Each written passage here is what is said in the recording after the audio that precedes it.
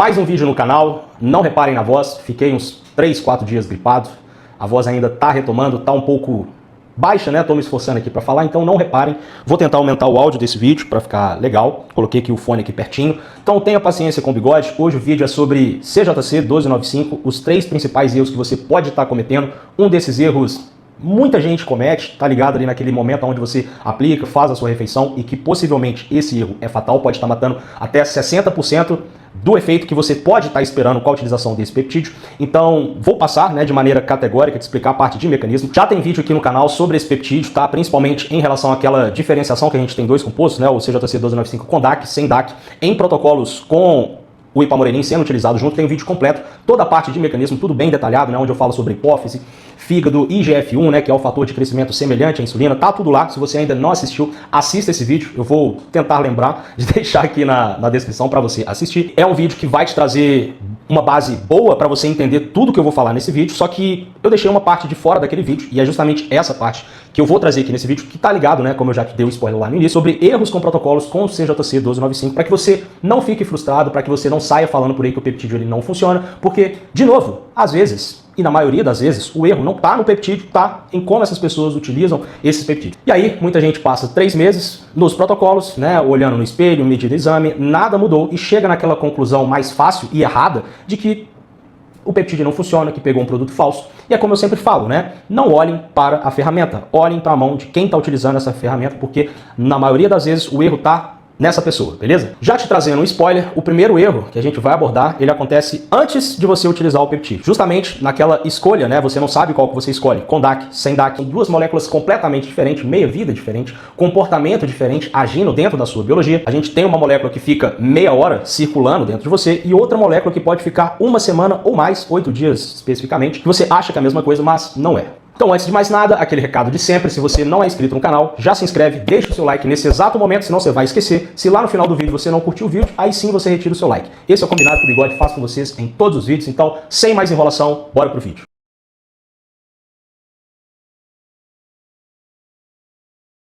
Bom, vamos começar, tá? Esse vídeo ele tem basicamente 3 objetivos que eu já te falei. O primeiro é te mostrar por que existem duas moléculas diferentes brigando pelo mesmo nome, vamos dizer assim, para que você entenda qual delas você está utilizando, qual que é o melhor cenário, né? Qual escolher para o seu cenário. O segundo objetivo, você vai entender por que a última refeição é capaz de destruir, como eu disse lá no início, 60% da resposta que você está esperando com a utilização desse peptídeo. E por último, o terceiro erro, o que acontece quando você decide parar de utilizar esse peptídeo. Bom, a gente está falando de uma família de moléculas que nasceram exatamente do mesmo local, do mesmo lugar, mesmo pai e mãe, o mesmo hormônio que habita você desde o dia que você nasceu, que mora justamente lá no seu hipotálamo. A gente chama tudo isso, toda essa cadeia de GH e RH, o hormônio liberador de hormônio do crescimento do seu GH que você já conhece.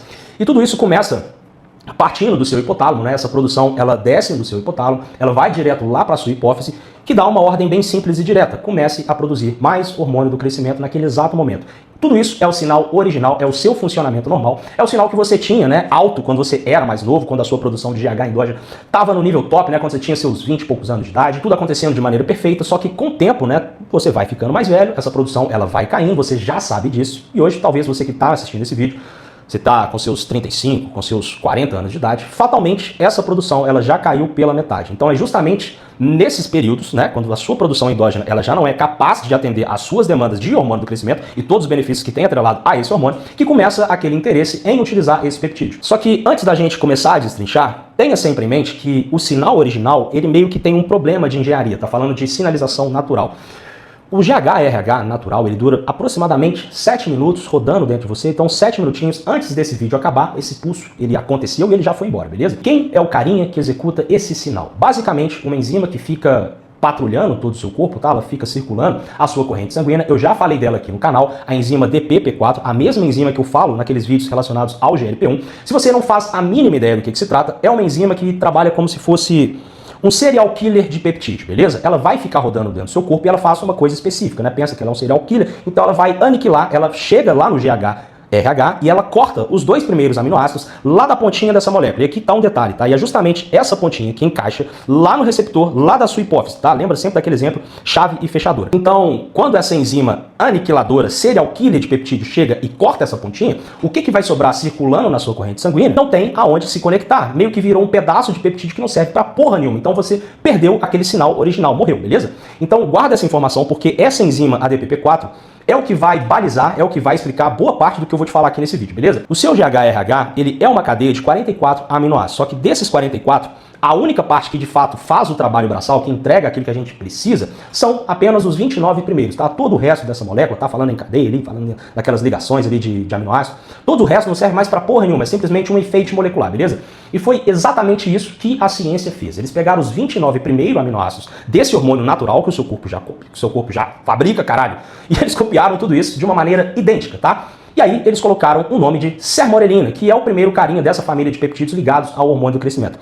E um detalhe, só a título de curiosidade, a sermorelina, ela teve sim aprovação, foi vendida em farmácia como medicamento lá nos Estados Unidos, tudo bonitinho, com nome, com bula, né? Então a gente está falando de um peptídeo que não foi feito em qualquer garagem, em qualquer laboratório, beleza? É uma molécula bem antiga, amplamente documentada em relação aos seus efeitos, só que a sermorelina, ela herdou meio que um defeito de fábrica. Como assim, Breno? A sermorelina é uma cópia perfeita do seu hormônio, tá? E sendo uma cópia perfeita, aquela nossa enzima que aniquila peptídeos, a ADPP4, reconhece essa molécula exatamente do mesmo jeito. Lembra que eu te falei que essa enzima, ela aniquila, ela é o serial killer? Então, de novo, a ADPP4, ela chega, ela corta a ponta dessa molécula e essa molécula acaba morrendo em 10, 15 minutos no máximo. Então, caso você utilize a sermorelina, né, as pessoas que estavam utilizando esse peptídeo lá atrás, acho que hoje em dia não faz muito sentido, e você já tá me entendendo por quê, estão comprando e estão utilizando uma versão problemática desse peptídeo justamente por conta dessa enzima DPP4 que chega e aniquila o trabalho. E aí que começa, né, toda a parte de engenharia, né, no sentido original da palavra. A gente vai lá para os pesquisadores, né, o que os caras fizeram? Eles voltaram para as pesquisas e eles fizeram aquela pergunta que deveria ter sido feita lá no início. Se a gente já sabe que a DPP4, ela corta essa molécula sempre no mesmo alvo, por que a gente não faz uma espécie de blindagem justamente nesse ponto da molécula? E aí, né, aquela pergunta óbvia que eles deveriam ter feito. Então foi exatamente isso que eles fizeram. Eles pegaram de novo aquela mesma cadeia de 29 aminoácidos e trocaram 4 pecinhas de toda essa cadeia. A troca que de fato importa pra gente na prática, né, só a título de curiosidade, aconteceu justamente na posição 2, que é exatamente aonde aquela enzima ela se encaixava, né, a DPP4. Então, exatamente nesse ponto, eles colocaram uma espécie de aminoácido espelhado que chama D-alanina, e a enzima ADPP4, ela chegaria nessa molécula, ela iria triturar tudo isso, só que ela não reconhece mais essa molécula, justamente por conta desse aminoácido espelhado. É como se eles tivessem colocado um colete à prova de balas que faz com que essa molécula ela passe ilesa aos efeitos a aniquilação daquela enzima serial killer DPP4, beleza? Já as outras 3 trocas a nível de molécula que eu acabei de falar, elas seguiram exatamente a mesma lógica, tá? Impedir que a molécula se oxide, impedir que a molécula se degrade depois de um certo tempo, né, depois de horas de aplicação, e a partir disso, uma nova molécula nasceu, o MOD-GRF129. Esse nome é grande pra caramba, então a gente vai falar só MOD, beleza? A meia-vida desse peptídeo, do MOD, saltou de 7 minutos, que era o que eles tinham lá com a sermorelina, para 30 minutos. Só que 30 minutos ainda era pouco, então você precisava continuar aplicando todo santo dia. Você tinha, né, aquele pulso acontecendo, somente um pulso, depois mais nada. Então, de novo, eles tinham um outro problema para ser resolvido, que é justamente a problemática tempo. E como que os pesquisadores, eles sanaram esse problema? Eles pegaram o MOD e eles grudaram na ponta dessa molécula uma estrutura chamada DAC. Olha as coisas se conectando, tá? E o que significa DAC? Complexo de afinidade, beleza? Esse é o significado dessa palavrinha, dessas 3 letras, só para que você saiba. Então o que o DAC faz é algo brilhante. Assim que você aplica, ele vai atrás daquela proteína que é a proteína mais abundante na sua corrente sanguínea, que eu já falei aqui no canal, a albumina. Então o DAC acha essa proteína que está circulando na sua corrente sanguínea, ele se gruda nela e ele não solta por nada. É como se fosse uma solda, tal, que a gente chama de ligação covalente. Então o DAC, quando agarra essa proteína, né, em um ponto específico dela, lá na cisteína 34, isso muda completamente o game, porque a albumina que circula em você, ela tem uma meia-vida, caso você não saiba, de 19 dias. Então guarda esse número, 19 dias. Você tem o peptídeo que para de ficar circulando, né, de maneira aleatória, sozinho, esperando aquele assassino chegar e destruir toda essa enzima, né, o nosso serial killer DPP4, e esse peptídeo ele passa a viajar como se ele estivesse num banco de carona, tá, numa estrutura que protege, e ele passa ileso lá daquela enzima que possivelmente se avistasse esse peptídeo circulando ia triturar. Então o que esses cientistas eles fizeram é algo impressionante, né? O número que a gente tinha de meia hora saltou de 30 minutos para 5 dias, podendo chegar até 8 dias, tá? Então a gente não está mais falando de um pulso que acontece e vai embora rápido. A gente está falando de um sinal que dura durante uma semana ou mais, 8 dias especificamente. E aí que surgiu o nome que você conhece, CJC 1295, beleza? Precisei dar essa volta toda para você entender todo o contexto de como essa molécula surgiu. Mas antes da gente seguir, vamos fazer uma pequena pausa, tá? Para você não se perder, para você não bugar no meio disso tudo. Reflita com o bigode, tá? Reflete comigo sobre isso. CJC 1295 é a molécula com DAC. O DAC ele não é um opcional, tá? Um brinde que vem junto, tá? O DAC é o que define o que essa molécula vai fazer. É justamente ter ou não o DAC que determina o tempo de ação do CJC 1295 dentro de você. Calma que minha voz está acabando. E aí você me pergunta, Breno, eu comprei o CJC 1295 sem DAC, tô fudido? Não. Não é assim que acontece, calma que eu já vou te explicar. Tirar o DAC da molécula não vai te trazer um CJC 1295 mais fraco, beleza? Você simplesmente tem uma outra molécula, uma outra forma de atuação. Um raciocínio bem prático para que você entenda, o CJC 1295 é a mesma coisa do mod que eu já expliquei com DAC, aquela molécula que eu falei lá no início do vídeo. Então quando você tira esse DAC, você não está ficando com metade do peptídeo, não. Você está com o mod, do mesmo jeitinho que ele era antes de se tornar o CJC 1295, tá? Aquele mesmo carinho que dura 30 minutos especificamente. Então pensa comigo. Você pega uma bicicleta, você escreve nessa bicicleta, moto sem motor. Só que não existe moto sem motor. Moto sem motor é uma bicicleta. Então, tirar o motor da bicicleta não vai te devolver uma moto. É simplesmente uma bicicleta que está lá na sua garagem. Não é chatice do bigode em relação ao nome técnico. O que eu quero que você entenda é que o frasco que está na sua geladeira, caso você tenha comprado a versão CJC 1295 sem DAC, é outro produto, tá? E justamente esse outro produto que vai decidir como que vai ser o seu protocolo, beleza? Se o seu peptídeo está escrito CJC 1295 com DAC, você tem uma molécula que fica mais de uma semana circulando na sua corrente sanguínea. Se você comprou a versão sem DAC, essa molécula vai durar 30 minutos no máximo, beleza? É simplesmente essa a diferença. Agora, partindo para o segundo erro, que está justamente relacionado ao momento em que você faz a refeição e utiliza esse peptídeo, né? O time de você fazer a sua última refeição, para que você não cometa esse erro. E antes que você ache que o bigode ele tá exagerando, tá? Ah, não tem problema, eu posso comer e aplicar. Não, só para que você entenda essa parte do mecanismo. A sua produção natural de GH e os seus picos de insulina, eles são contrarregulatórios, beleza? Eles não funcionam ao mesmo tempo. São dois hormônios que trabalham em direções completamente opostas, tá? Quando um está elevado, o outro, obrigatoriamente, ele deve estar baixo. Então, não são hormônios que convivem juntos no mesmo ambiente. Então, acompanha o raciocínio. O que acontece quando você come? Normalmente, qualquer tipo de refeição, principalmente se é uma refeição mais rica em carboidrato. Obviamente, a sua glicose ela vai subir lá na sua corrente sanguínea e, em contrapartida, você tem o seu pâncreas que começa a liberar insulina, justamente para abrir aquela porta para a célula captar toda essa glicose e trazer para o interior da célula, né, o cenário normal que você já conhece. E essa insulina alta, né, nesse cenário, ela joga contra você, tá? O primeiro jogo contra você, que é a insulina alta demais, ela manda um comando lá para sua hipófise e ela vai mandando a sua hipófise ficar menos sensível ao sinal do peptídeo, beleza? Então o peptídeo, de novo, ele chega até o local onde ele precisa fazer aquela conexão, ele bate lá naquela porta, só que essa porta ela não se abre, justamente pelo sinal da insulina tá elevado na sua corrente sanguínea. Não é, de novo, né, que o peptídeo ele não funciona, mas é que devido a esse aumento da sua glicemia, desse pico de insulina, o peptídeo ele não tem onde se conectar. O segundo problema, e esse de fato vai destruir toda e qualquer sinalização do CJC 1295, a insulina alta, ela faz com que se eleve um hormônio chamado somatostatina. Essa somatostatina é como se fosse um freio natural do seu próprio hormônio do crescimento. Enquanto esse carinha ele está circulando, a sua hipófise simplesmente se nega a trabalhar. Ela pede demissão, ela não solta mais nada. Ou seja, você aplicou o peptídeo, você gastou o dinheiro, você está esperando um resultado com aquilo, só que o seu freio de mão natural ele está puxado. Um estudo publicado na revista Jornal de Endocrinologia pegou 3 grupos de mulheres diferentes. 13 mulheres com peso normal, 14 mulheres obesas, 9 mulheres com anorexia, cenários completamente diferentes. E aí o que eles fizeram? Eles aplicaram 50 microgramas de hormônio liberador de GH por via endovenosa, direto na veia, beleza? Só que eles fizeram isso em 2 diferentes situações. A primeira delas, aplicaram em jejum, depois de uma noite inteira sem comer.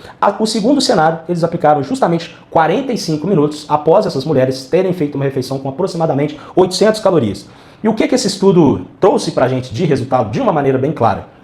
Todas as mulheres com peso normal, a resposta do hormônio do crescimento caiu 60,9% pela manhã. 60%, a gente não está falando de 5%, a gente não está falando de 10%, a gente está falando de 60% a menos. É mais do que a metade da resposta que você espera desse peptídeo indo para o ralo, simplesmente porque elas fizeram uma refeição com 800 calorias. Agora traz isso para a sua vida real. Você faz uma refeição por volta das 8 horas, 9 horas da noite, você toma o seu banho, e aí você vai lá e aplica, né, o seu shot de CJC 1295, achando que tá tudo beleza, que tá tudo certinho, só que na prática você acabou de jogar no ralo metade, mais da metade, na verdade, eu acabei de falar que foram 60,9% daquilo que o peptídeo ele se propõe a entregar. Vamos combinar, CJC 1295 talvez não tenha sido barato, convenhamos. De novo, não é o peptídeo que falhou, foi o time errado que você fez a sua última refeição e o momento que você aplicou.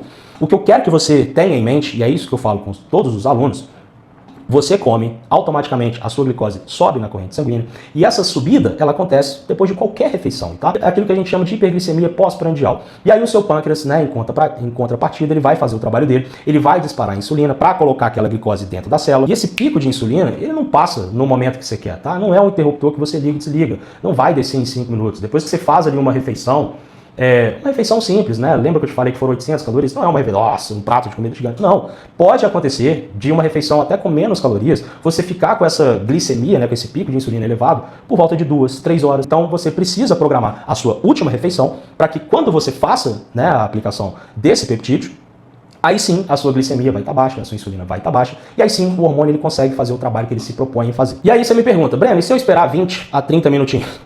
Vamos voltar comigo lá no estudo, porque caso você ainda não tenha entendido, lá naquele estudo com essas mulheres que eu acabei de explicar, eles esperaram 45 minutos depois daquele prato de 800 calorias. Então, já tinha passado quase que 1 hora e mesmo assim a resposta com a utilização desse peptídeo caiu 60,9%. Então, quando você, espertão, faz a sua refeição, sei lá, 9 horas da noite, e aí você acha que está arrasando, aplicando 9h30, você não está aplicando um pouquinho depois. Você está aplicando dentro da única janela do dia em que a sua biologia foi programada para não escutar porra nenhuma do sinal do CJC 1295.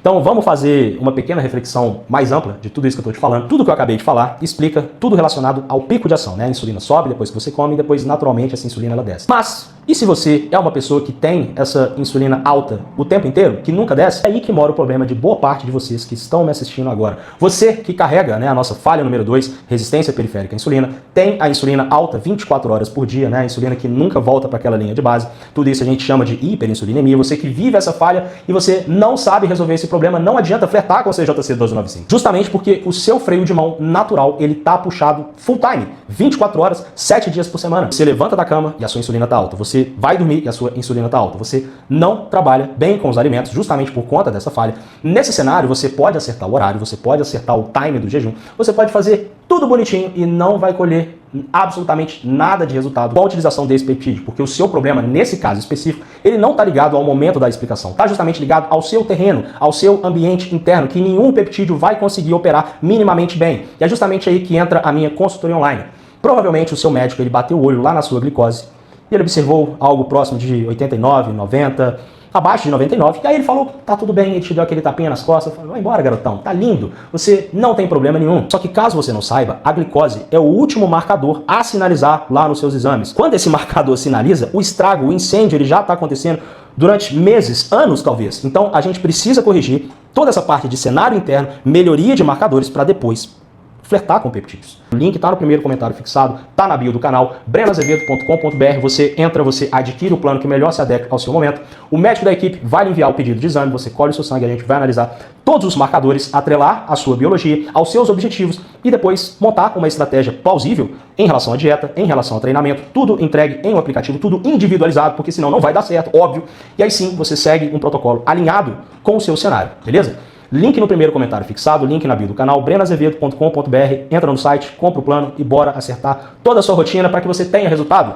Voltando pro vídeo, partindo pro terceiro e último erro, e aqui não tem nada a ver com a aplicação, não tem nada a ver com o time correto de utilização desse peptídeo. O terceiro erro é justamente uma pergunta que inevitavelmente paira na mente de várias pessoas em protocolos de peptídeos.